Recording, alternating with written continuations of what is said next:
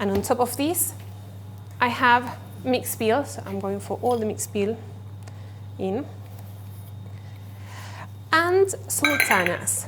Now, I'm just using dry sultanas today, but what you can do is the night before you decide to start baking, you can soak them in some tea or some rum or orange juice, whatever you want, so they're going to look nice and plump inside your hot cross buns.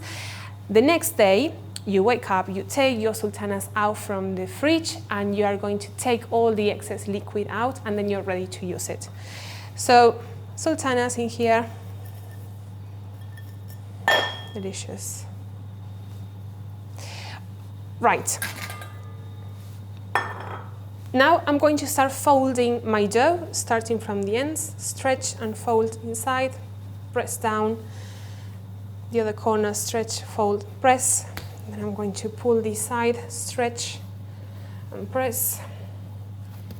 And the last one, stretch, fold and press.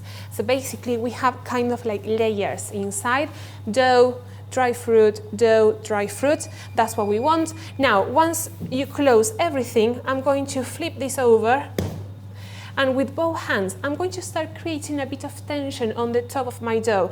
And once you can see some raisins or sultanas coming up, that's it, we stop. So using both hands, I'm going around, pressing underneath my dough and rotate,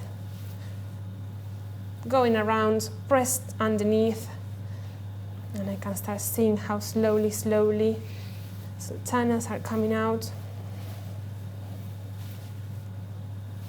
So this allows me to have a nice distribution of dry fruit inside my dough.